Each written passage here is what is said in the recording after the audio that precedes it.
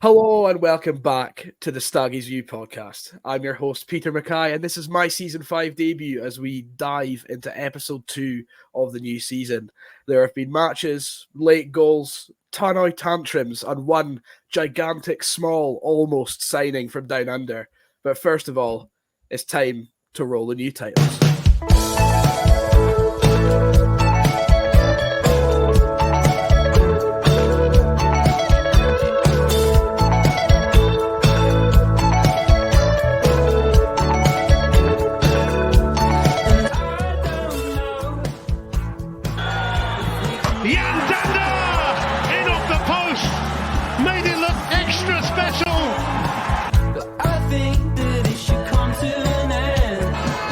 Could he? Butland saves, but George Harmon follows up.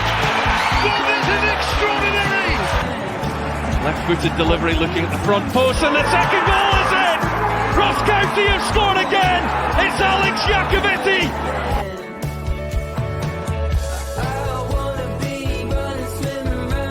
Here come Ross County anyway. It's Craig going through. They've got their goal. Ross County are living the dream! No, you tell me. No, they are. We were murdered them in the first half. Tilson, Sims, in comes the cross, and George Harmon has put it away! Bang on the 90! Twisted into the path, Peter Woods, who's managed to find Shaw, big chance! Like deja vu here in Hampden. Alex Shaw strokes Ross County into a 3-1 lead against the holders. And I was like, I'm sorry for my language, but I've got cramp. 85 minutes I was down because I had cramp. I couldn't run anymore. And I said to myself, Alex, can't do another half hour. I can't do another half hour. I swear to God, that was what I was thinking.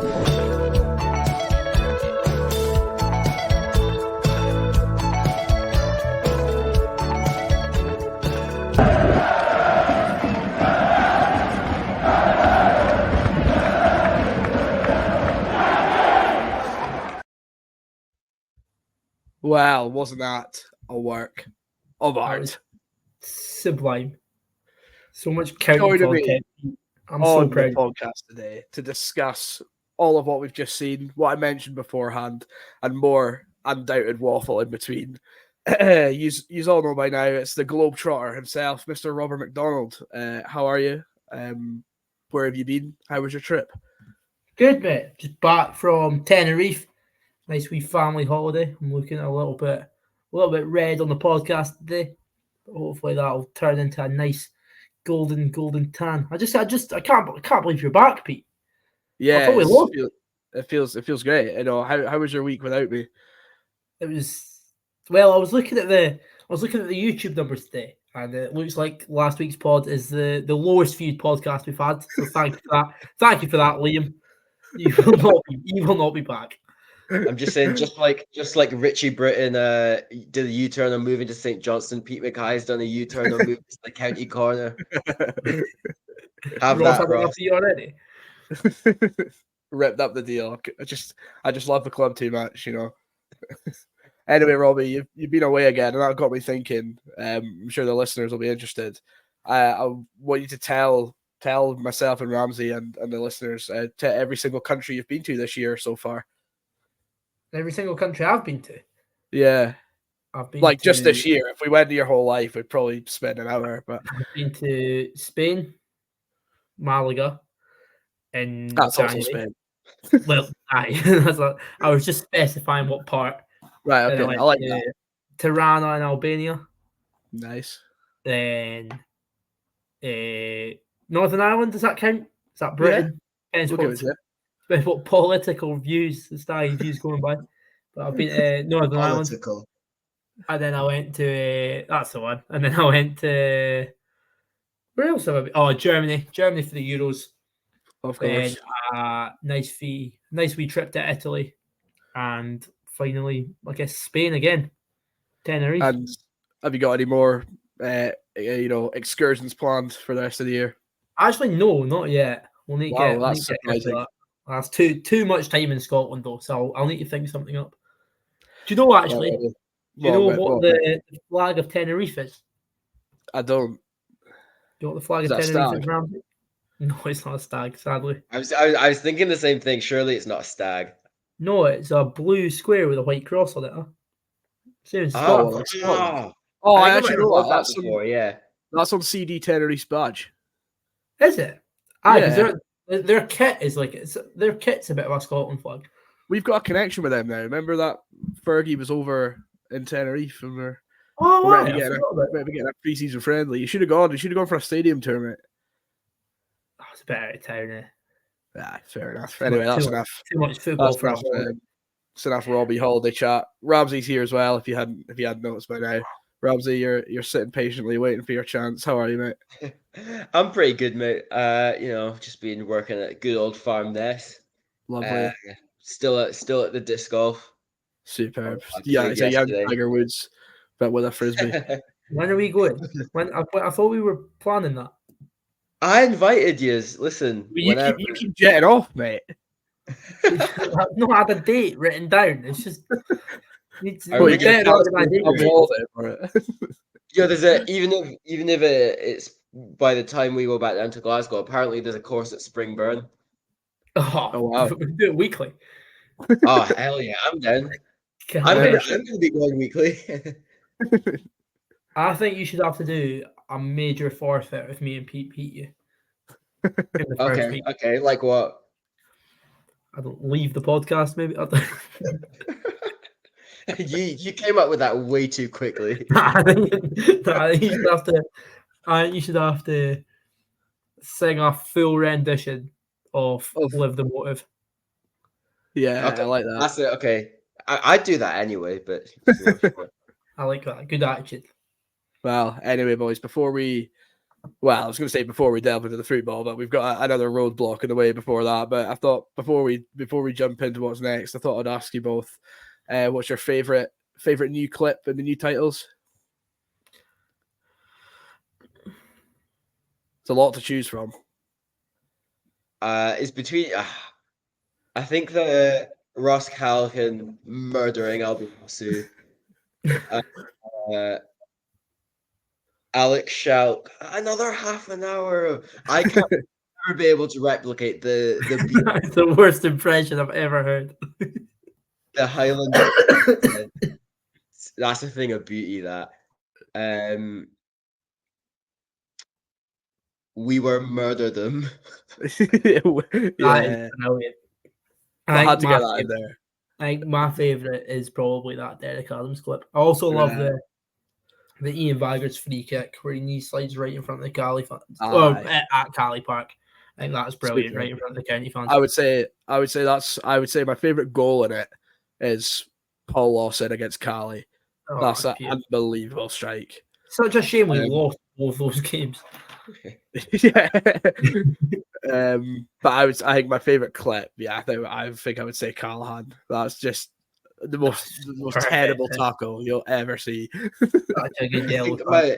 My favourite goal in that was the Alex Schalk semi-final goal, because I was sitting at home on the phone to my dad while I was watching that, and it was on the telly, and I'd been over there in the States at Christmas, and I think it was either then or just after I'd come back that County got drawn against Celtic in the semi-final, and I'd said to my dad, "Oh, County are doing it," and obviously he didn't know much about football at the time, but he knew that was like, he compared it to some like underdog baseball team to like the Yankees, and he said, "There's no way, man." And that goal went in while I was on the phone to him, so I was like, "Oh, got a memory." I'd forgotten about that until now.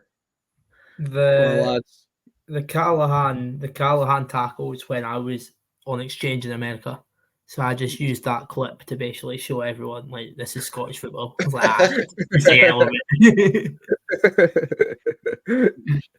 That's superb. Well, anyway, if you're a long time listener of this podcast now, you'll know that at the beginning of last season we used to love an icebreaker, just because it used to delay us talking about losing, basically. This week it's slightly different. I'll better give credit where credit's due. We listened to that Peter Crouch podcast, and it got me thinking: could we build, a potential new segment on the podcast? So I tasked it to Robbie and Ramsay, and I said, "Can we build a Ross County Football Club Dog 11?" To which they responded, thinking I was a bit of an idiot, I think. But nevertheless, Robbie, Ramsay, we have a Dog 11. It's not bad. It's pretty good. It's pretty damn good. I can't lie.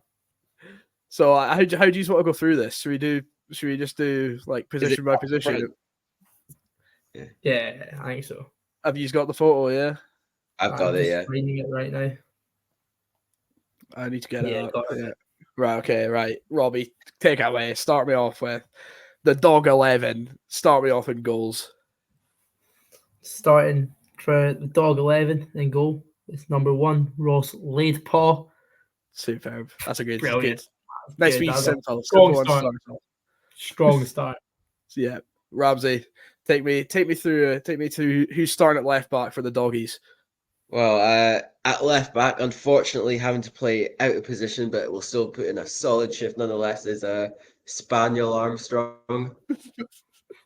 Fantastic. Right. Left centre back. We're going for a 4-2-3-1, and that's, I feel like a dog would thrive. Quite energetic. Left centre half, playing in his natural position. A current Staggy. It's Ryan Lead. Good. That was one of Ramsay's. Oh. Superb. Very defensive. One of my two. Keep it going, Robbie. I think probably my favourite from the team is Michi Fetch. That's shocking. I can't believe how early you came up with that as well. I was absolutely flying with these last night. Pete, you were just rattling them off. I couldn't believe what I was seeing. I turned my phone off for a couple of minutes to try and think of them, and then I turned my phone back on, and the whole team was played. Yeah, I brought up the first. I made the first two, and then I just had the total mind blank, and Pete stepped up. This is at right back is my final contribution with Collar Randall. That's good. That's underrated. To get the captain in. Right, 2 centre mids. I'll give you one of them so far. Bit of a similar pun to the first one, so minus points there, but he's going in anyway. We mentioned him earlier. In the number 8 role, it's Paul Pawson. You can't give me negative points. That's the only one I came up with. You just nabbed the Ross Laidpaw one. Yeah, it's because I was watching your intro as well. I was like, that's brilliant. Playing alongside Paul Lawson is Tim Chow Chow. That might be the worst one. That is absolutely awesome. That's got me minus a couple, I reckon. Go on, Ramsay. In the number 10, it's a summer signing from this summer that's just ongoing. It's Jack Russell Greaves. But you could just pick any player called Jack. Jack Russell Baldwin. We needed a number 10 though. Right. On the left wing, we've got someone who caused a lot of chat on this podcast. He was a bit like Marmite, either love him or you hate him. It's a Woofra Edwards.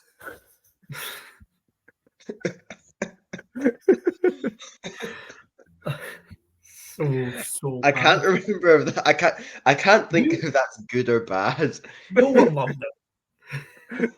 They're all terrible, apart from the striker. Not the striker. This next one is pretty good. What, the striker or the winger? The right winger. Go for the right winger. The winger is Chris Beagles. Just too much laughter. Right, Ramsay, finish it off with a high, Ramsay. Come on. And the final one, rounding off the team up top, is David and Dog. The best, that I. Actually, You know it's good. It's good to get the team name in the lineup as well. Yeah, I don't know if we'll ever manage to do that again. We will. So, what goes on the Peter Crouch podcast is this the categories, they name a team on several different categories. One of them was swimming. So, our task to you, the listeners, for the next week's podcast is to, sorry, Bless you. sorry, is to come up with another category for county players, past and present. No, not come up with a category. You need to come up with players to fit the swimming 11. Yeah. Are we doing swimming? Okay. Yeah, we're doing swimming. Commit It's to the swimming 11. Also, this segment's also pretty popular on Off the Ball. If you're a fan of them, they always have their own. So I think from now on, we're going to try and get a segment each week that you, the listeners, can contribute to. So I think Pete will post the Dog 11 on Twitter, trying to get too much abuse, and rather than slagging us off in the comment section, try and comment some swimming county puns. Off the top of your head, boys, you thinking of any swimming 11s to get people's ball rolling? David Concola. That was the worst of them. I came up with one earlier. What was the other one? Defeating Goggles. yeah. Like he's going to be up front a lot, like. Star striker, like. Oh, fantastic. Wow. Anyway, boys, that's enough of the messing around. We've been recording for 16 minutes already, so wonderful. I think that's a new record. But anyway, during the week, well, a couple of nights ago, we were succumbed to some news by the one and only Fabrizio Romandri. He posted a little teaser on Twitter telling us better not go to bed because he had some breaking news incoming. And I was certainly taken aback, but Robbie or Ramsay explained to the listeners what his bit of news was and how the county corner made us all be on the edge of our seats. So around a month ago, I'm sure you guys will remember that we were linked with an Aussie footballer by the name of Joshua Nisbet. He's a midfielder. I believe he was the A-League Player of the Year last season. And he's been out of contract for a pretty significant period of time. He was linked to, I think, a Dutch second-tier team. I think it was speculated that Hibs might be having a look, Portsmouth, teams like that. So it came out that we were interested in him, and it was seen as, I think, a bit of a coup. But around a couple of days later, Don Cowie was asked about this, and he said that those reports were wide of the mark until he was asked a couple of days ago by Andrew Henderson himself, Mr. Romandrew, about transfers. And lo and behold, we still need to cross some T's and dot some I's on the deal, apparently, like visas, etc., work permits, stuff like that. But it looks like, touchwood, we're to be signing Josh Nisbet. So that's seems like a very, very good deal, very good bit of business. Yeah, Robbie, you must be thinking that this is kind of what we've needed. Obviously, you know, it feels like we do this every summer, but the talk about county when it comes to the new season is normally always about who we've lost and not who we've signed. But if we, as Don seems so confidently, that we are going to get this deal over the line, that's a statement signing, in my opinion. Would you agree? It's a big move. Like it's not a player that I know a whole lot about. I've not seen him play much, but I've seen like a few highlights clips in that. But he's someone who's highly thought of over in Australia. I'm sure he was the A-League Player of the Season one year, wasn't he? He was, yeah. A-League Player of the Season. He's finally got a chance in that Socceroos Australia men's team. So I don't know if a little Jackson Irvine had been dropping him some hints, but it seems like a player he was well sought after. I'm sure Hibs were really keen on him when Montgomery was in charge. And I think that it's just the type of player that we're looking for. He's got a bit of a creative spark. He seems to be able to play. I know his main role will be that kind of centre midfield probably number 8 kind of role, but it seems like he's a pretty versatile player. Like they were saying, he's played out wide, up front, in the 10, which is something that we're always looking for with our ever-changing formations. So I think that the fact that we've been able to tie him down, assuming it does get over the line, that'll be a massive, massive statement from the club.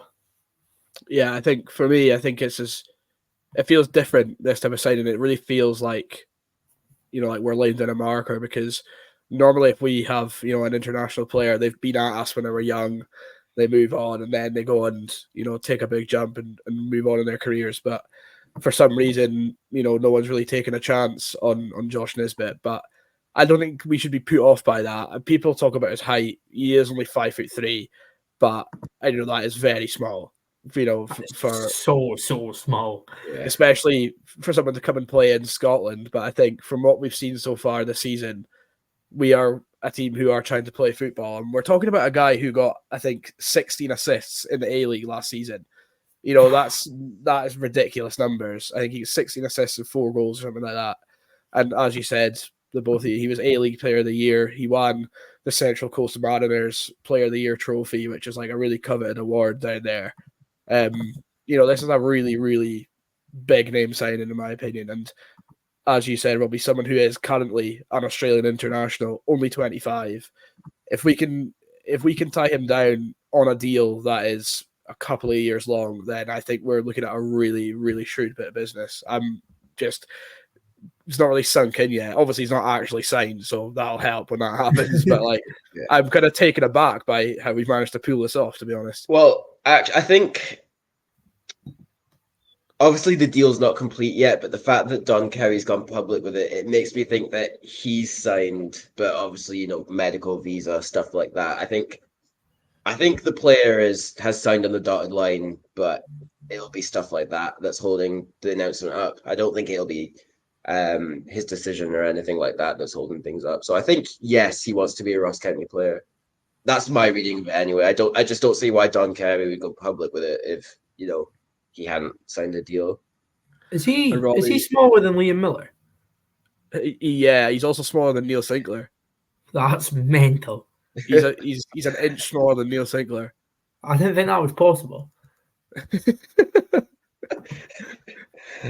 Anyway, Robbie, obviously, as I mentioned before, losing Jan Danda in the summer, another small man, but losing him in the summer, it was a big blow because, as much as Simon Murray kind of created goals for himself and scored weird types of goals, Jan Danda was the main creative spark within our team. So do you think that this is what Nisbet's going to add? And does that give you a bit of confidence now? Because obviously losing Murray and Danda, it's like, we finished 11th and we've lost them. It's never a good recipe. But between, the people we've brought in already, and if we can get Nisbet confirmed, you feeling that we can go and have a good season? I hope so. So many, it's tough because there's so many new boys that we'll need to see over a good few weeks to see how they actually bed into the team. But there's a good we must have about 10 centre mids now. 9, I think. 9. I was trying to count last night. I think it's 9. Right, if you're clearing, I think Nisbet, certainly the assist numbers he seems to have got in Australia seem pretty ridiculous. So if you can carry that, I think it probably is a harder level here than it is in Australia.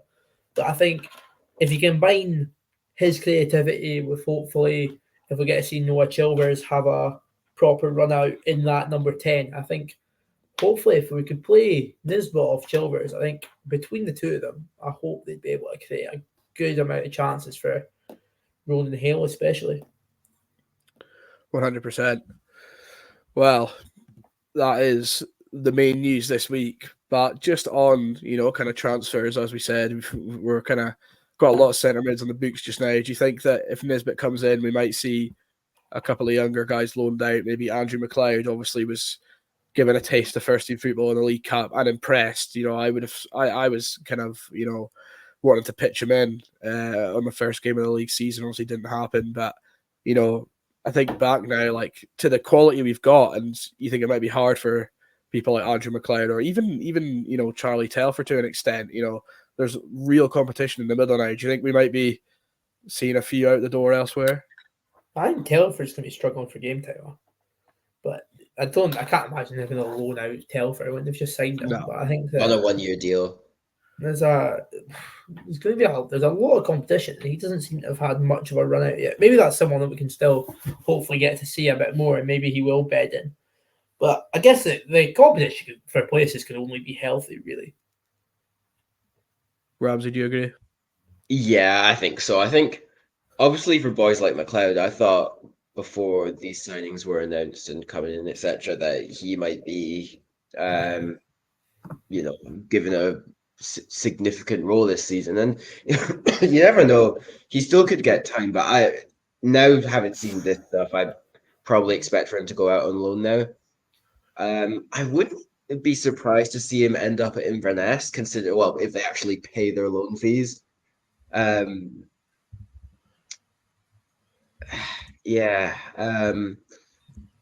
never know where he's going to end up. But yeah, I think if you could get a League One move at Cali, that would be a big thing. Obviously, he did very well there last year.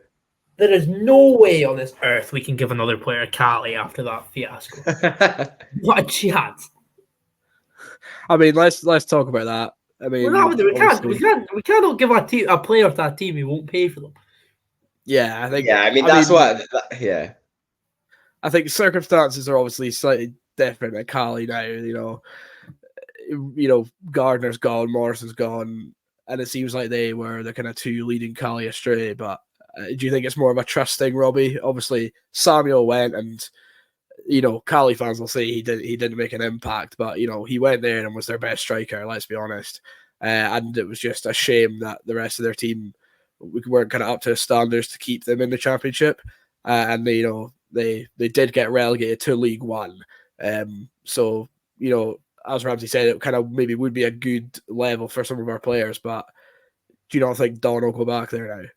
He should. You cannot take our players and train them up for us for free. It actually is so bad, isn't it? It's mental. It's bad. What club doesn't pay? I read somebody was like 20 grand. Yeah. Really? I've heard it was 20 grand, yeah.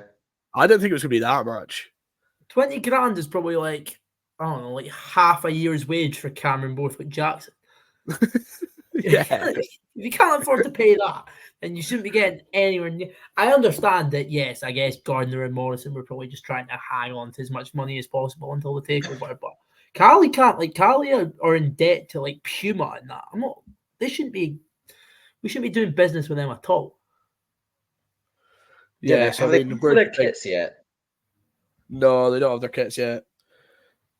There's also other teams, there's also plenty of other teams that we could send these loan players to. I get the point that some of the youth players are probably still in school and that, but I think Andrew McLeod's 19. I reckon you could probably send him to a Montrose or a Dumbarton or a team like that down south and let him kick on his career that way. Yeah, I agree. I think obviously Adam McKinnon obviously has crossed the divide. We'll not talk about that, but when he was still in the books at County, he did go out on loan he went on loan to Montrose and did really well there. So, and I think he won. I think he ended up winning Player of the Year there. So maybe Montrose have still got a bit of a relationship with us. So it could be a future destination for some of the loanees. But I'm sick of the Cali chat. Let's move on. This is a Ross County podcast. So at the weekend, we did play Dundee United. They are just won the league. They got promoted from the Scottish Championship. I think it's fair to say they're a team that not many county fans are a fan of. I think they're quite disliked amongst the county fan base for reasons here and there. But the match ended 1-1. But we'll go right from the start. And we'll just talk about that outrageous. I wish we went right from the start as a team. Honestly, that video still makes me laugh. What on earth happened there? Laughing. Second week in a row for Will. Not ideal. Dear. Really not ideal. But And Gordy however, Boyce got a 10k tweet out of it. he did indeed. But mate, how is Miller Thompson not putting that in the back of the net? That's outrageous. Did he not put it over the jail end? He did by quite some distance. Yeah. So bad. I remember Ryan Christie got hounded for like a month for putting one over the jail end, but this was so much worse. I couldn't get the Dungeon United stream working in time. So while we were while I was still plugging in the details and that, and then like as I was doing that, man, he just popped a message into the group chat being like, "Good start," with like the kind of eyes, the white, and I was like, "Oh," like me and my dad were like, "Oh no, we're well." I thought we were 1-0 down from that message. Well, we should have been. Went on, and there was obviously nothing. So I was like, I don't know what happened. And then I just saw like the BBC where it's like Dungeon United miss a chance. Like there's no colour to it. And then at that time, the first thing they showed was that, and I was like, oh my word, that was. I honestly why he was messaging. I honestly celebrated that miss like we scored a goal. I was out of my seat, so bad. Punching the air because calamity from both teams. What? Sorry, what is Nightingale doing there? He's right against Motherwell. Absolute trampoline foot. It's shocking. I don't know why. Why does he think he's got so much time? It's ridiculous. So seriously bad, man. See if we do that again on Saturday. Nah. I think Saturday they'll be doing that. Mind when Celtic were playing Hearts in the final and Edward just booted it into the corner. That's what we should be doing from now on after that. But anyway, that really, not sure if that really set the tone for how the rest of the game played out. But I mean, for the rest of the first half, we were pretty good. Did you manage to catch most of it? I mean, I was pretty impressed. I think we were passing the ball really well. Obviously, it was a new shape. Don ditched the back five. It was a four with a box midfield that we'd seen from Malky on a few occasions at the start of last season. And I mean, on the whole, our football looked pretty good in the first half, in my opinion. I mean, I didn't see it. I was at work. I was on. Robbie was mentioning the BBC does the live updates thing. I was basically just watching that, and I just kept seeing County having a fair few shots. So from that, I was like, well, it seems like we're doing all right. And then I did ask at halftime, how are we doing? And everyone was saying, yeah, pretty good. So it seems like we made a good few steps up from Motherwell. So Pete, you've seen both games. How much do you think? How much do you think can be attributed to the change from a 5 to a 4? Yeah, a decent amount, I would say. When I saw the team, obviously we were debating in the group chat what we thought the team was going to be, and I did not think that we were going to be ditching the back five so early into the season, because we've played it in every single friendly, we've played it in every single League Cup game, we played it against Motherwell, and with the transfer business we've done, we've kind of hedged our bets on having no wingers, and that being okay for the rest of the season. But nevertheless, we went with it and it looked good. We were kind of dodgy at the back, I will say. First kind of 10, 15, there was a lot of loose balls, slack passes. And I think that was maybe just the centre halves, them kind of transitioning to not having someone right next to them to just keep the ball really short. They kind of had to look to punch in the lines and play in midfield. But when we did manage to get the ball in midfield and turn, we did look really sharp on the break. Denham and Greaves, in particular, who were kind of playing in the half spaces on either side, they really impressed me. And with their ability to go either inside or outside, and they got a lot of crosses into the box, created a lot of chances. So I think it's a good thing that we did change it, because it's kind of probably shown Don as well and the coaching staff, not just us as the fans, that we can change it up and play either one if we need to. I think at the moment I'd probably still be inclined to play a 5 just because of how we looked at the back. But I think if it's going to be the way forward, then I don't have an issue with it, because it gets more attackers into the team at the end of the day. Yeah, I think I would probably agree. I think I would still be inclined to go for the 5. I did think we probably did still lack width, especially moving the wing backs back kind of takes away all width completely. But I thought we did well kind of breaking through them. I think there will be teams that we play who are better defensively than Dundee United. I think it will be harder to just kind of cut them open as easily as we did. But it was interesting to see him mix it up a bit and throw another midfielder in there. I suppose we do have so many midfielders, so he's going to try and shoehorn a few in, especially when this bit comes. But yeah, first half was brilliant from County. Like really, really positive football going forward. I think you are right saying there was probably a couple of dodgy moments at the back, but Hale had a number of chances, and I think that on another day he's probably scoring another 1 or 2 goals.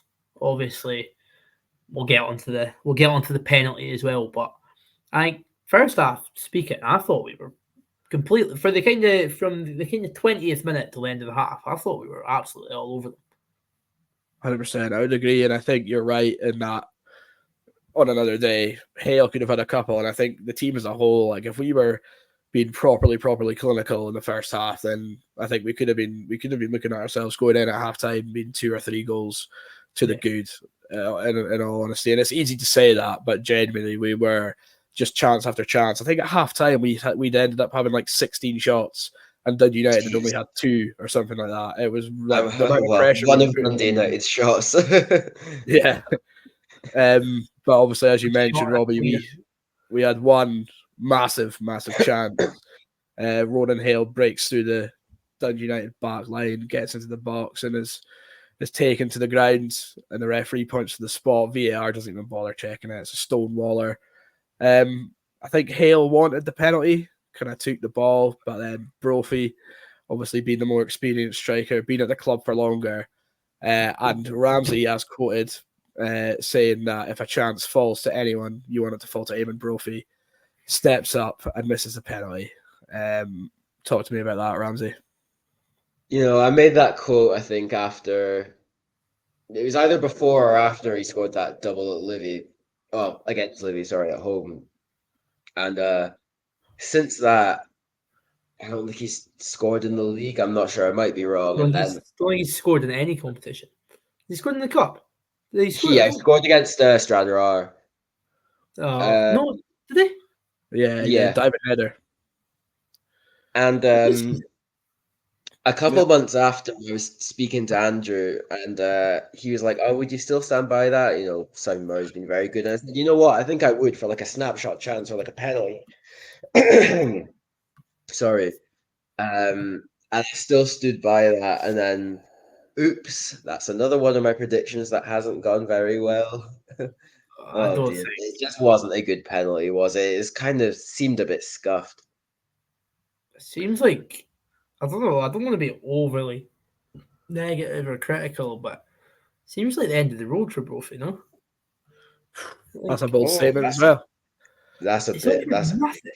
I don't know, like over the last like year and a half, he's done nothing. Because when he came in initially under Malky, and he had that kind of run where he scored a couple against Dundee United, scored against Kilmarnock in his first 10, 15 minutes or whatever it was. I thought, we've got a player here. Then he gets injured, but since that injury, he's not been fit at all. And the start of the season, even watching him against Ray Throwers, I thought it looks like he's pulling a caravan. And then the last couple of games, he just doesn't look himself at all. I think the bottom line is with Brophy is that he's very much a confidence player. I think he, if he's not on a good run of form and the team's and he's not starting every week, it's kind of hard to, I think for any player, but him in particular, it's hard to kind of get back to what he was. And I think we're maybe, I don't know if County fans as we maybe have false expectations with him because of how good he was when he first came in. And I think we're maybe, I'm always kind of thinking, where is that level? We know he can do it. I mean, that against Dundee United, I know they were rotten that year, right? But he absolutely terrorized that defense, and they had experienced defenders in that team like Edwards, Mulgrew. Obviously, they were playing a dodgy keeper who's now, funnily enough, at Cali. But he did. We saw him terrorize defenses, whether he was scoring goals or not. He was buzzing about, running about, and I do have to agree that on Saturday he just didn't look himself. And I was hoping that with that penalty, I was like, this is his chance to go and get that confidence back, get yourself a goal, just play the rest of the game decently. And I was like, he'll start next week, and that might be the start of the good run, the Eamon Brophy form coming back. But I mean, I don't know if I would say it's necessarily the end of the road. I think he will have a part to play this season. But I think Ronan Hale's just come in and hit the ground running, and that's not going to do Brophy any favours, in my opinion. I think the problem is, right, all our strikers offer something a little different. White's the target man. Samuel's the chaser. He'll chase a total lost cause. And we've got Hale, who is the finisher, the showman, I guess, if you will. And then you had Simon Murray last season, who is like a proper 2-in-1. I think Brophy on form falls under sort of the Hale category, but obviously Hale's come in and give a strong start. I think it's going to be a little difficult for Brophy to come back in. But obviously, as exciting as Hale is, there might come a time where, it's still a new league. As full of confidence as he obviously is, there might come a point where he needs a week out of the team. And I think that could be a real opportunity for Brophy to hit the ground running. I think Robbie is right. Since obviously that last big injury, he doesn't look particularly mobile.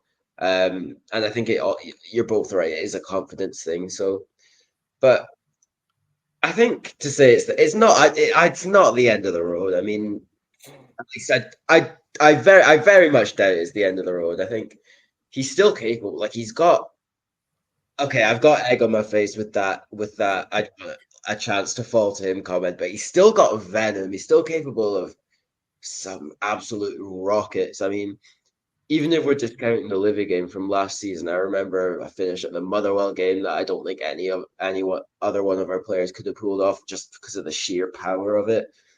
He didn't show it enough, especially after the fee we paid for him. But I think, fingers crossed, there's still something to come from. Yeah, maybe end of the road's maybe a bit like dramatic. We're not going to pay him off.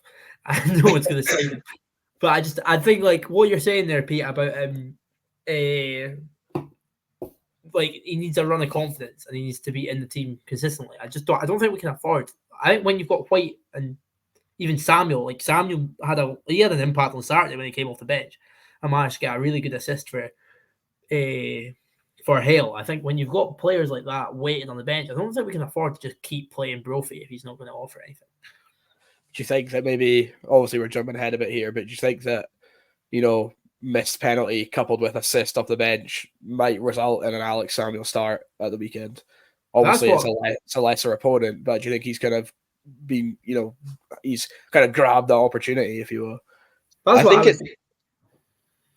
it's a very good game to start Alex Samuel in. I think, obviously, he went out on loan last season, and I think it'd be fair to say going into the summer transfer window, you'd probably be forgiven for thinking that he's the fourth choice striker. He's probably, the most, I don't really want to say out of favor, but you could probably say that. But I think having come in and given a really good account of himself against Dundee United, I think, you don't want to jinx it and say lesser opposition, but I think it could be a really good game for Alex Samuel to put a stamp on, what he wants to achieve this season. I would like to see him play alongside Hale. I'd like to see him start. I mean, at the start of last season, I was quite an advocate for seeing him and Murray play up front together. Because I do think that hopefully as a workhorse, he could kind of get into that Craig Curran kind of role and just fight for everything and just try and if Hale does turn out to be like the goal scorer that we think he can be, I think if you had a player like Samuel, who's pretty much sole job was to get him the ball, I think that could work. I do think against Spartans, I would probably be bringing Jordan White in just because of how clinical he was in the League Cup against lower league opposition. And I think a player of White's stature can probably dominate defenses a bit better, especially like lower league defenses. I think that White has a field day with. I think he's also White's obviously a very good player in the Premiership, but I think that it's obviously going to be easier for you when you're playing against the Spartans defence than it is playing against like the two big Huddies that Motherwell have at the back. I think it makes sense for White, and make sense for White and Hale to start on Saturday, in my opinion. But I would like to see Samuel get some more game time in the Premier League and try and rough up these defences a wee bit.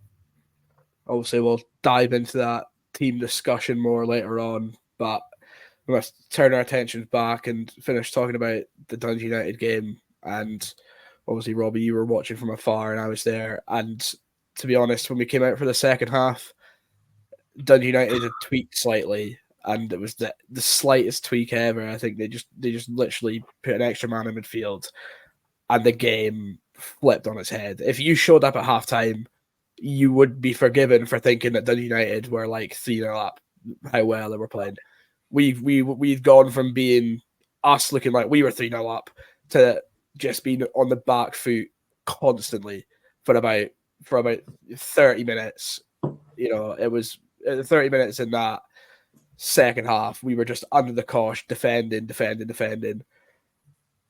So not good. And I think that's part of my reason why I said I would probably go to the back five, because I do think it was easily overturned how well we were playing with that shape. But obviously Dundee United, they used that pressure, piled it on, and they got their goal. It was a decent finish, and they look like they've got a couple of tidy players in their Babunski and Trapanovsky. But was it a soft concession, do you think, lads, or was it kind of deserved with the run of play? I think with the run of play, it was probably deserved. I think that we could have defended the goal a bit better. The boy gets a lot of space in our box. I do think, I can't remember Laidlaw making too many. He did make a couple of stops, but I don't remember him making too many saves, clear-cut chances. I do think that, even though Dundee United were definitely on top in the second period, I don't think they created as much as we did in the first half. But I do think that you're right. I think we let them into the game a bit more, and they did play a lot better. But I think it was probably more down to us maybe taking the foot off the gas a bit, and maybe a few more individual mistakes in the second half than we had in the first, and possibly that move to a back four showing just the kind of lack of defensive. I don't know what the word presence. Is. Pardon? Presence, maybe. Yeah, exactly that. The lack of defensive presence, and probably a bit maybe going for a bit too much at the start of that second half. But we hang in there, and we came back into it later in the half, which was positive to see. So what was obviously, say Dundee United were that dominant. What obviously we came back and eventually got our winner. What put the momentum in our favour? What happened? Did anything change, or was it just sort of a whole team collective thing? We made a few subs. We didn't change shape necessarily. I think we kind of just rode it out, to be honest. As far as that, we rode it out. They got their goal, and after they scored, I think they kind of then took the foot off the gas ever so slightly, which allowed us to kind of regain a bit of control. Obviously, we made some changes. Jordan White came on. Obviously, Hale stayed on, but Alex Samuel, as we've mentioned, came on as well. George Robeston, he made his debut off the bench. He came on the left-hand side. So we mixed it up a bit, and we kind of just forced them into areas they didn't want to be in. And we kind of, even if it meant our football was less attractive and we were playing less passes, we kind of just punched the ball into areas and tried to turn them over. And in the end, it worked. As you said, Rob, we clung on in there. And Alex Samuel came to the rescue, wrestled off a couple of defenders with his big arse, got us through on goal, and laid up the perfect pass for Ronan Hale, who finished with an absolute rocket, by the way. There was no need for him to hit it that hard. Yeah. It was flying over the ball. Flashback in the first minute. Proper roof of the net. Oh, it was some goal. I think that... you're right. I think Samuel kind of... It was riding our luck and then hoping that someone would produce that. And Alex Samuel did. And I think that he deserves full credit for that. I think that it was just... I think you could see Dundee United getting more and more nervous throughout that injury time period. They clearly haven't forgotten their Robbie Nielsen tactics of just being 1-0 up and throwing bodies on the ground for 10 minutes at a time. Can I just say, can I just jump in there and say that's what the good thing about the new added time is that the refs are actually listening to it and paying respect to it, and that because they were doing the Nielsen tactics, they got what they deserved, and there was 7 minutes added. And as soon as that board went up with 7, you could see their heads dropped slightly because they knew, like, shit, we have to cling on for 7 minutes. We'll be cursing that when we can see the 95th minute winner to Celtic. 100% we will. 100% we will, yeah. But you know what? In the grand scheme of things, I think it's for the best. Definitely, 100%. I think that, like, obviously, we do the same. If we're winning, you're always going to have players throw themselves to the ground. I mind, like, Scott Fox just dive on every ball, and Craig Curran would take about half an hour to walk off the park. But Dundee United just seem to be the team that I've never seen so many head knocks in my life. And just little touches of the shoulder, and they're all down like that. Like, I don't know why there was a single fan complaining about 7 minutes, and Jim Goodwin got his just rewards in the end. Indeed, he did. I mean, let's talk about Ronan Hale a bit more. When he signed, I was excited, and obviously Don had kind of pitched him in as this as the Simon Murray replacement. But I didn't really think he was going to come into the team straight away. I thought it would be more of a slow process, kind of bed him in. Obviously he's moving to not only a new club, but let's not forget he's moving to a new country as well, coming from Ireland. But the impact he's had, both in the league and in the League Cup, has been really, really impressive, hasn't it? Big time. Yeah. Oh, go ahead. I think he just looks like a player who knows where the back of the net is. And he looks like a player who he's not afraid to just shoot and shoot and shoot and shoot. Like, if he misses a chance, I don't think that kind of deters his confidence at all. Which is obviously something we were speaking about Brophy earlier. He's definitely a big confidence player. I don't think that's really the case with Hale. I think Hale's fully confident in his belief, no matter. I don't think a missed chance is going to knock his confidence at all. And he looks like a player who's just screaming for the ball whenever he gets anywhere near the box. Yeah, I do remember that. Obviously, I was on the BBC Live. In fact, no, it was the One Football Live update. And I remember, like, looking at this thing, oh, Hale's had a shot, Hale's had a shot, Hale's had a shot. But yeah, so that is very good to see, because as good as some of the strikers we've had in the past are, I think some of them have definitely been more on the Brophy side of things, being confidence players. Even Liam Boyce. I remember Liam Boyce had a couple barren spells with us. Remember after he broke his wrist? I remember that spell he had for us. Whereas it remains to be seen whether Hale will have a spell like that. But yeah, Robbie, it seems like you're right. He does seem like he'll just shoot and continue to shoot. So yeah.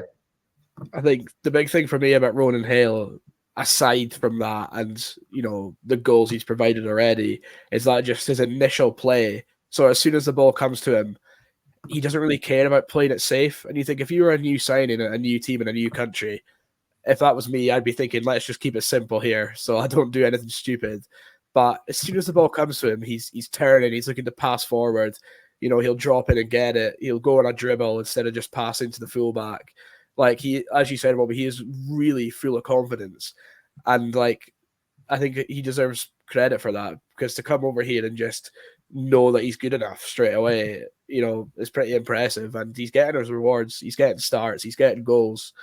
And I think it could end up being an amazing signing from Don and his team, because obviously I believe he signed a 3-year deal. If he keeps up the form he's on, I can guarantee you right now he will not be here for 3 years. Yeah, record transfer fee, hopefully, if we're looking at that side of things.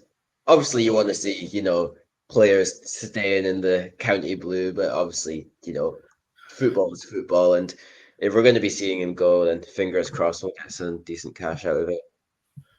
Anyway, we don't want to be talking about that this early into his career. Come on there. Yeah, it's got to be mentioned though. So it's always in the back of your mind when you're a team like County. At the end of the day, every summer we lose our best player, so we might as well prepare early.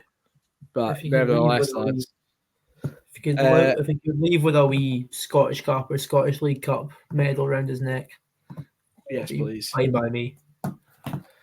Nevertheless, lads, we must move on. We got the draw 1-1.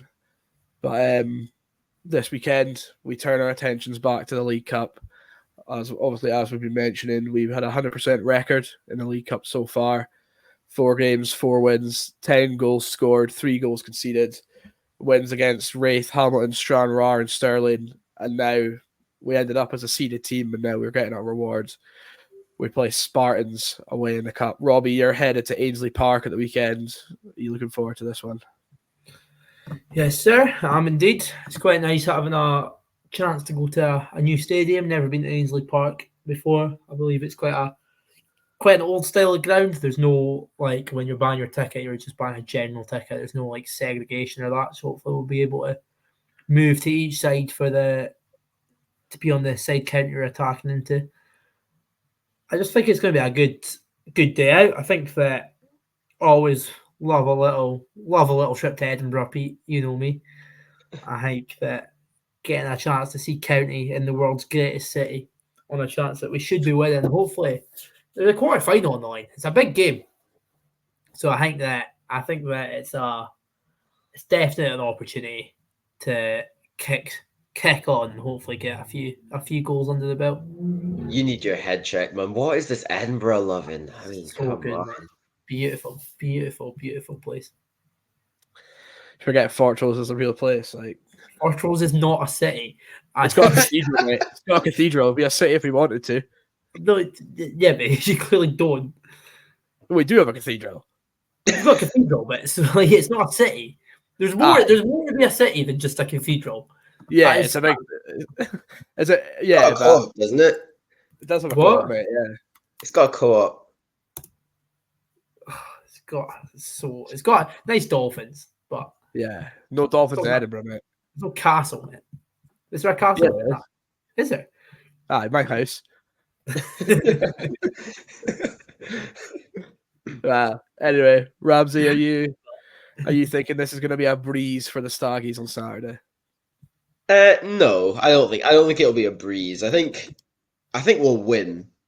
Oh God, I've done it there. But I think we'll win. But no, I don't think it'll be a breeze. Obviously, Spartans have done extraordinarily well to make it through their group. I mean, a League Two team making it the League Cup group stages—that's a big achievement. They'll be right up for it. Definitely, as you mentioned there, they've done extremely well. I mean, they beat Cove Rangers, who are a league above them, 5-0. They beat Livingston, who are 2 leagues above them. They beat them 1-0. So, they've already shown this season that they can cause upsets, and I reckon they'll fancy their chances. Danger man for them, I would say, Blair Henderson. He's been banging in the goals. I think he scored 27 last season. So he's certainly one to watch. But I think if we... Sorry to interrupt. Is he the guy that was at Edinburgh City? Yeah, that's him. Yeah, okay. If we show them enough respect, but play the way we know we can, then I think we should be, fingers crossed, touch wood, entering the quarterfinals of the Premier Sports Cup. But as you said, we have to get there. We have to put the work in and get there. But I trust Don that we'll get it done. But we must talk about who we would like to see. Cowie. Dog Cowie. Wow, that's bad. I'm really glad we didn't put that in. He can be the manager. How is that only hit me now? Right. Anyway, lads, talk to me about what formation would you like us to see us line up with on Saturday? I mean, you want to be sensible about it, but I know you said that we were sort of exposed for our frailties against Dundee United when we had a 4, but we did also have that really positive play. So I'd maybe like to think that we've said Spartans are a threat, but as a League Two team, maybe we'd stick with that 4. Yeah, I'd be inclined to agree for this. I'd be going 5. I think it's a game to just play like we did against Wraith, play like we against Stranraer. Get Brown. I'd be bringing Brown straight back in the team. I'd be getting Brown and Harmon down the wings and trying to get balls in the box for White and Hale to finish. Well, I'll compromise with Robbie and I'll say I'm happy with a 5 just for argument's sake. Yeah, happy with that. It worked in the groups. Hopefully, it can work here. Yeah, can't really argue too much. Right, Robbie, who's your 3 centre halves? 3 centre halves, or do you keep Nightingale, give him a chance to get his confidence back up, hopefully against lower opposition? I think probably. I think because we're playing. I think if we were playing at, do you give him a break just to let? Did he look low in confidence after that? Someone said, I think it was Sean on Twitter, said that he had a decent game after that. He did play all right after that. But He was fine. Two big mistakes in 2 weeks. But I think I'd keep him in. I think I'd play Nightingale. Rami fit? Doubt it. I don't know. Not. Probably just keep the same then. To be honest with you, I would change it. I think. Who would you bring in? I think I would give Dylan Smith an opportunity to play. Maybe give. Obviously, I don't want to be like, oh, we'll just play a B team, but I think like got to be realistic. Like, is he going to be involved in the league this season? Probably not. So he could probably do some minutes to show off what he can do, and then if he does really well, maybe look at keeping him around. If not, give him an opportunity to kind of advertise himself to loan teams, maybe, and see if he can get himself a loan to the end of the season. But I think I would go with Leak on the left. Also, he was left out last week, so I think I'd bring him back in. And then go Smith in the middle and Akil Wright at right centre half, who is currently my favourite Ross County player because I think he's absolutely bloody superb. I think he's an absolute athlete. He's strong, he's fast, he's tall.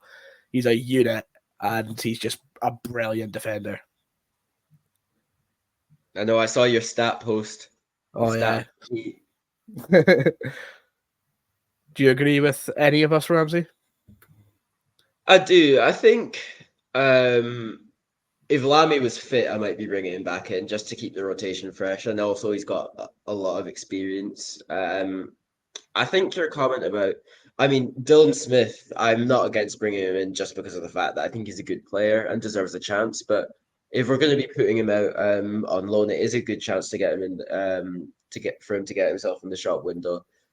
I probably would stick with the same though. The same back three as against Motherwell. I think, rotation in the cup is important. It's important with keeping players happy, etc. But we do want to give ourselves the best chance of getting through.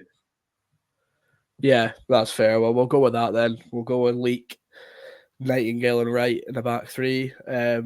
Robbie, you've already mentioned who you want at fullback, so I'll go to Ramsay first. Who would you have as your wing backs? Ramsay. Oh, me? I thought you said Robbie. I wondered why you were staying quiet, Robbie. That's not like you. I think you just go with Harmon and Brown. I think obviously they're swinging balls into the box like there's no tomorrow in the group stage. Although Josh Reed did get a fair amount of time in those group stages. I think I would go with Harmon and Brown though. Fair enough. Yeah, I would. In fact, can I say something? We're talking about cup rotation. Mm-hmm. I think it's the point in the season where it's still Saturday. If it was like later in the season where it's Wednesday, Saturday, it might be a little different. But... Yeah, fair. I would go with Josh Reed at left wing back. I think he's a good player, and gets a chance for minutes. Harmon has been class and will continue to do so. But yeah, I would personally bring Josh in, and I would go with Brown as well. I wouldn't play Michi Afeche on this occasion. But I actually thought he was okay at the weekend. Like, people know my thoughts on Afeche, but yeah, I would go with Brown. I'm Brown. Brown's got to play every week. Yeah. What about the left-hand side, though, mate? Oh, Harmon. Okay, Harmon it is then. Sorry, Josh. Every formation, every player I pick is going straight in this team. It's great. Okay, right, Robbie. 2 centre mids. Go for it. There's a lot of combinations you could go with here. Yeah.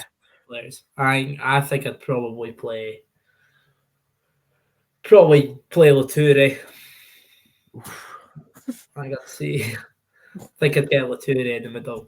I think that I've not been too impressed with Greaves, to be honest. I think Denham showed flashes at the weekend. Still don't think I've seen enough of either player to make too much of a judgment, but I think I would definitely play bring Latoure back in. Probably Latoure and Randall. I think Latoure, Randall in the middle. Ramsay? Allardyce and Telfer. I think just purely because of the attacking midfielder I'm going to play Chilvers, and I think Telfer. I still am not too clear on what Telfer actually is, but it seems to me sort of more of like a sort of an attacking midfielder, but can still play as part of a two. I think Conor Randall obviously is the captain and probably will play, but I think I'd probably trust Allardyce a little more in like sort of being that sitting midfielder, whereas Conor Randall is quite literally our number 8. Although you'd probably also describe him as a bit more of a sitting midfielder, but I think I've said before that Scott Allardyce, I think, is everything you need at a holding midfield player at this level. I really do rate him. So he's probably my main holding midfield player in this team. And Telfer, I think Robbie said it earlier, just hasn't had much of a chance yet. I'd quite like to see him get a run out. Yeah, sorry, Ramsay. I just say I also would tip Telfer for a start. So are you all right with that, Robbie? Should we start the wee man? Yeah, I'm all right with that. I did debate putting Telfer in, but I think, we can go with Telfer. Yeah, I went for Telfer and Randall, but I'm open to options. Unrelated. I'm basically just looking at a list of all county centre midfielders because I didn't want to forget anyone. Anyone know how close Max Sheaf is to being back? Not close, I don't think. Don't think so. Okay. I've not heard any quite a nasty injury, I think. I've not had any indication that he's going to be back anytime soon. Yeah. So what are we going for? Telfer and whom? Probably Randall. Randall is going to start. I know it's our lineup, but there's no way Randall's missing out. I was between Randall and Telfer or Randall and Latoure. Yeah, I think I could definitely see Latoure starting, but I do think Randall will play. I think we'll probably rest Allardyce considering he's been injured quite a bit already. That's what I think, yeah. So go over Randall then. Ramsay, you already said you're going to play Chilvers in the 10. I agree. Do you, Robbie? Yeah, do the exact same. Lovely stuff. 2 strikers. We discussed this briefly before. I would go with White and Hale. Agreed. As previously mentioned. Samuel and Hale, I reckon.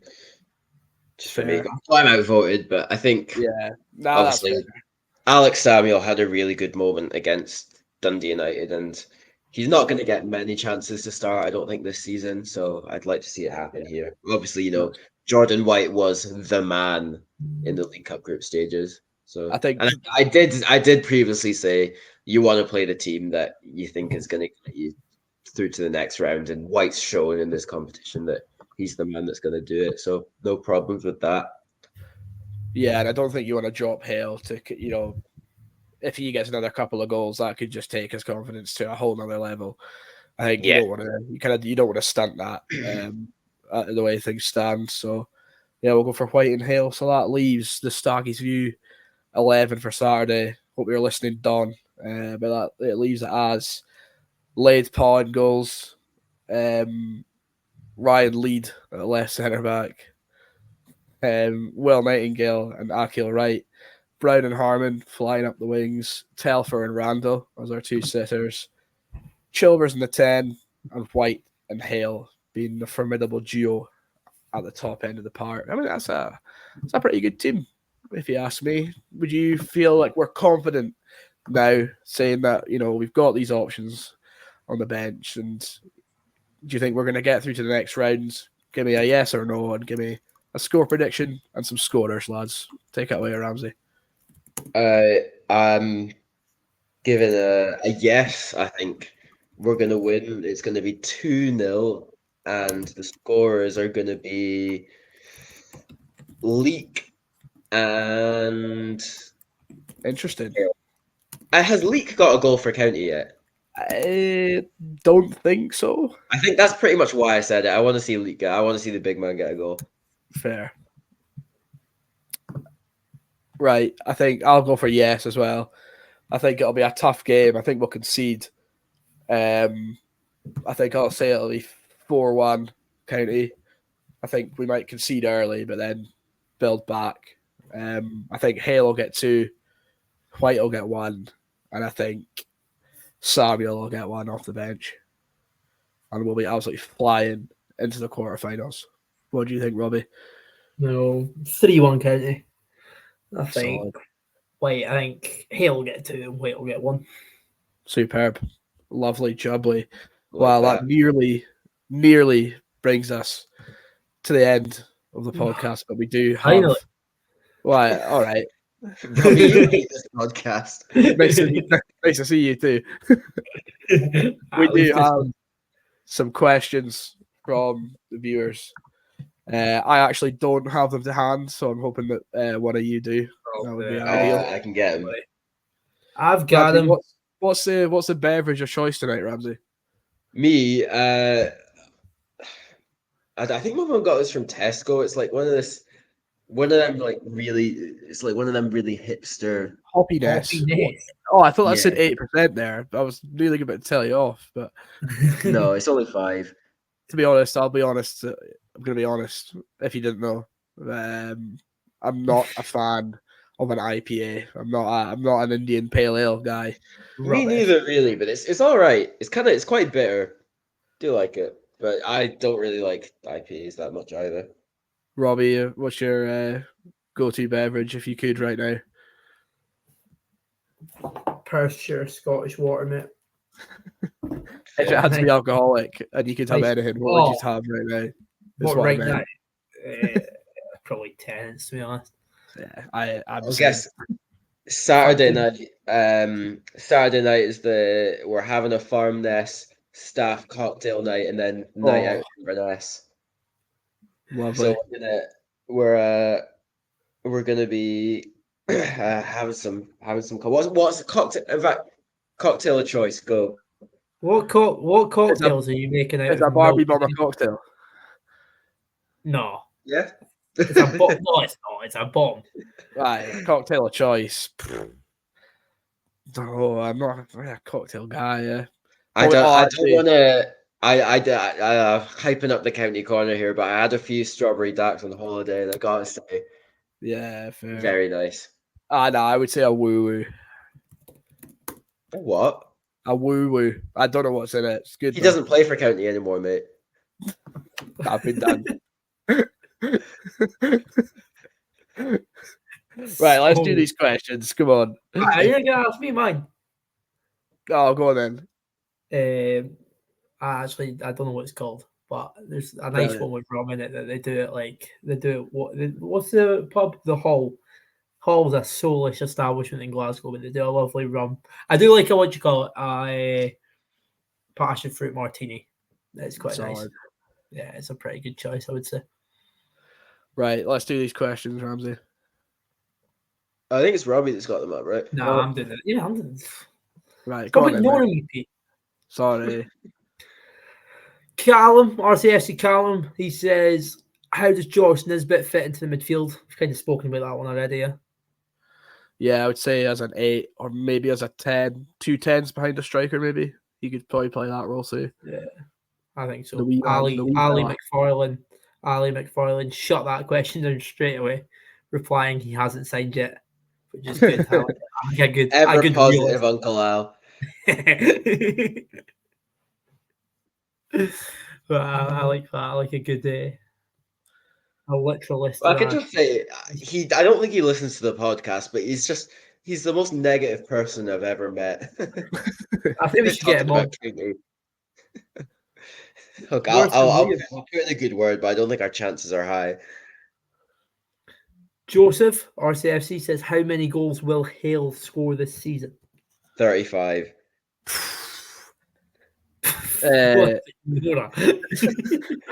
I think 16. I'll go 17. I'll one up you. Ramsay, are you actually going 35? No.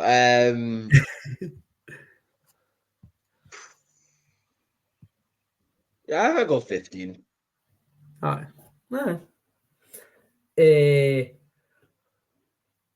Dean Ross, who's going to be the first one of you three to get nutmegged? Robbie. I'm assuming that's referring to Robbie tomorrow night at the YFS Cup. Yes, stuffed it. I think that's referred to Dean Ross's new trying to get a game of what, 7 sides on the go? 8 sides? Mm-hmm. County fans. So if anyone's listening and wants to get involved with that, go to Dean Ross 3 on Twitter, and there are details of a WhatsApp group, etc. But I think, yes, there's definitely going to be Pete, surely. Well, I'm the best hurler in this podcast, so we'll see about that. Okay. I've seen your volleys, to be fair, mate. I still remember that volley at Power League. There you go, mate. Ramsay knows. Shocking. I've seen your mobility as well, mate. Stephen McKenzie gave us a bit of a challenge. Did we get a number for this? We didn't get a number. No. How many international players have counties? How many international players have county have played for county? How many international players have played for county? I think he means since we've been in the Premier League. We were just sort of naming a few.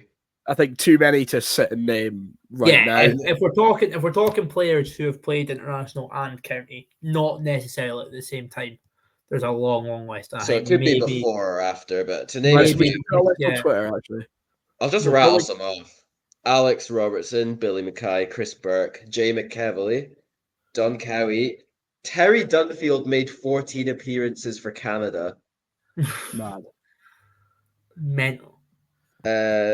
Liam Boyce, Darvedas Cernas, most well remembered for going in goal after Mark Brown got sent off against St. Mirren. Jackson Irvin, Philip Kish, Eamon Brophy. Among others. So if you've got more, then there's a lot. The most mental one in there is Jay McKeevely. Yeah. How on earth did he play for Scotland? That's ridiculous. I didn't even know he was Scottish until about 2 minutes. About 20 seconds ago, and I just looked up his Wikipedia page. Yeah. I was like, when did he play for England? I can't believe he played for us. That's mad, to be fair. That's mental.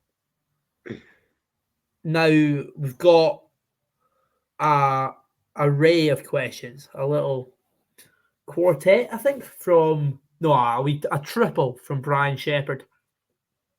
So the first one, we've spoken about this in depth, but should the club be taking legal action against Cali for the non-payment? Yes, because it's funny. Absolutely, you can't see Jack Waddington's tweet. Yeah. Yes. You have too much money, so you just be forgetting about it. Mate, he's actually just stick to standing in the lay-by. You what?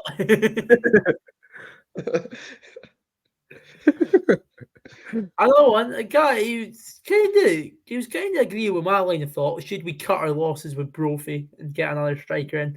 I don't think so. I don't think we should cut our losses, but I think he's probably coming along from the same kind of thought process I was on. Yeah, I feel like we've kind of discussed that too. And then he says, badly in need of a natural right winger. Agree/disagree. Very much agree.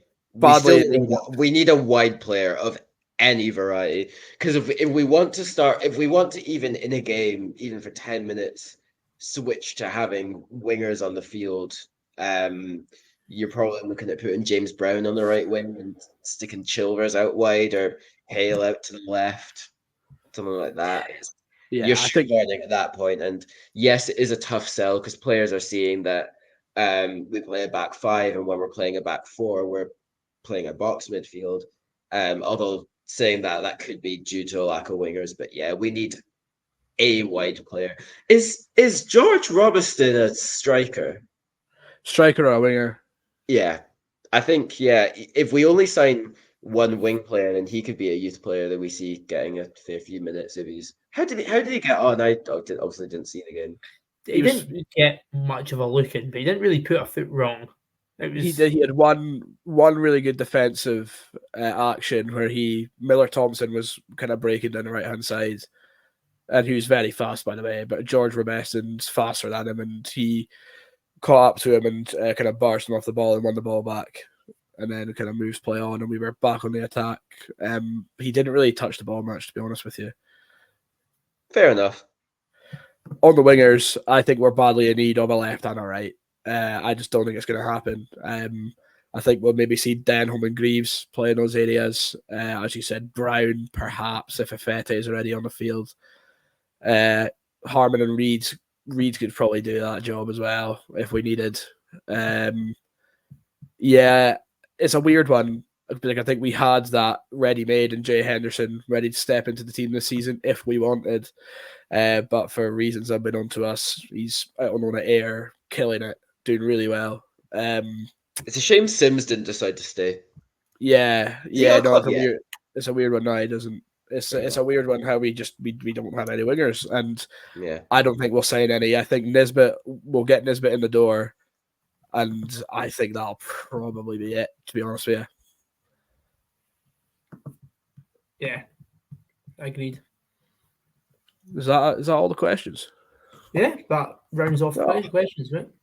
Amazing. Oh well. I will make sure to get your swimming 11 suggestions in. Yeah, definitely do that. And follow us on social media at Staggy's View everywhere. Robbie and Ramsay, thanks for joining me on the podcast. It's my season 5 debut. It's not yours. It's nice to be back. Thank you. It's a strong debut, mate. Thank you. Appreciate it. I think that was a good episode. If you enjoyed the Dog 11, please do let us know, because I thoroughly enjoyed putting it together. Help us with the swimming. Yeah. Go follow us on Twitter and help us with the swimming 11, and we'll be back next week. Thanks for listening. See you in the next one. Oh wait, never mind. Go on then. No, I never mind. Yeah. See you. I came up with something stupid. Yeah.